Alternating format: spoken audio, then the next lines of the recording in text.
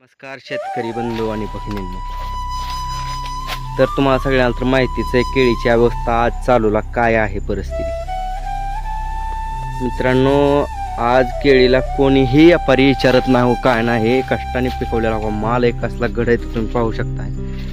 ह्या शेतकऱ्याची एक गाडी निघली, लय कष्टाने पिकवलेला माल आहे बघा. कसलं मोठं घड आहे, तर 30 ते 35 किलो 40 किलो घड आहे.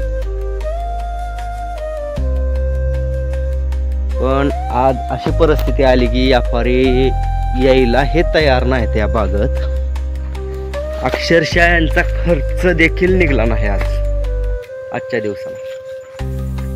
एक गाडी गेली, एक गाडी इकली त्यांनी. बघा सरास तुम्ही घड पाहू शकता. बघा कसलं घड आहे, मोठं माल द्यायला आलेला आहे. शेतकरी नाराज असल्यामुळे शेतकरी रानात येत सुद्धा नाही. बघा आज आलेला शेतकरी अक्षरशः सोन्यासारखा माल आहे. बघा असा कसा पल्ला आहे, बघा खोटाड पल्ली ती. खूप असं नुकसान झालंय शेतकऱ्याचं. तर व्यापाऱ्यांना माझं एवढं सांगणं की शेतकऱ्याच्या मालाची थोडी किंमत करा, तुम्ही लई नको करू. अक्षरशः शेतकरी रानात न आल्यामुळे, शेतकरी मार्केट नसल्यामुळे आला नाही, लक्ष थोडं कमी केलं तरी खराब झालेला आहे. कसं येणार हो, 2 रुपये किलो व्यापारी चालवला मागतात त्याला. पिचकून पडलेला अक्षरशः खोटाड. थोडा माल त्याचा गेलाय. सगळा टोटल 2 एकरचा प्लॉट आहे. हे 2 एकरात हा असा माल आहे. काही सुद्धा त्याला व्यापारी किंमत नाही, तर गुत्त 2000 रुपयाला पिकअप मागतात. मित्रांनो, एक बॅग जर घ्या गेलं, एक बॅग तर आजच्या 45 ते पण 5000ला बॅग बसते. मोठं घड आहे, तुम्ही पाहू शकता. शेतकऱ्याने एकतर किती कष्टात नाही कमवला असेल. तेव्हा कसला माल आहे, वादी बिदी एक नंबर असे हाय माल. मोठं घड झाले आता, पण काय करणार.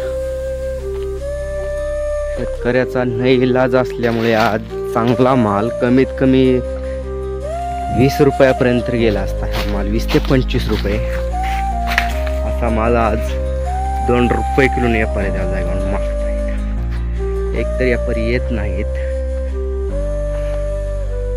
आणि आले तर 2 रुपये किलोने त्याला द्या म्हणताय. त्या 2 रुपये किलोतलं पिकअप जर भरलं तर पिकअपचं होत्या 4 ते 4.5 रुपये. ते लेबर त्यांना खर्च लेबरचा हे सगळा पडतोय. टनाला 400 रुपये खर्च असतो, तर 2 टनाचं 800 रुपये होत्यात. वरी काय भरलं तर 200-300 रुपये होत्यात. लेबर काय रुपया सोडत नाही. 1000 रुपये खर्च आहे मित्रांनो. अक्षरशः जेव्हा केळं पिकायला लागले तेव्हा हे तुम्ही पाहू शकता. म्हणजे 4-4.5 रुपये एका पिकअप व्हायचं, त्यातनं 1000 रुपये खर्च. म्हणजे शेतकऱ्याच्या हातात 3 ते 3.5 फक्त पडतात. एक बॅग जरी आणायला गेलं तर 4.5 रुपये द्यावं लागतं शेतकऱ्याला. कुठली तुम्ही बॅग आहे, 4000, 4200, 3800 रुपयाला बॅग बसते. आणि एक पिकअप विकल्यावर तेवढे येत. काय करायचं शेतकऱ्याने, हा मोठा प्रश्न आहे. त्याची दखल थोडी शेतकऱ्याची दखल सरकारने घ्यावी. आणि केळाला लय काय नाही, पण हमी भाव हा द्यावा. एवढे मंदी व्यापारी काय करतात, विषय इथनं चांगला माल कॅरेटाला काढतात आणि त्यांच्या गोडवान जिथं असतं त्या ठिकाणी जातात. आम्ही तिथलंही तुम्हाला लाईव्ह दावतो. तिथं जातात आणि तिथं बॉक्स पॅकिंग करतात आणि बाहेर पाठवतात. जो काय नफा आहे तो सगळा असा व्यापारी घ्यायला लागलाय. शेतकरी असाच कष्ट करून मिळाला. त्याच्याकडे तुम्ही थोडी दखल घ्यावी.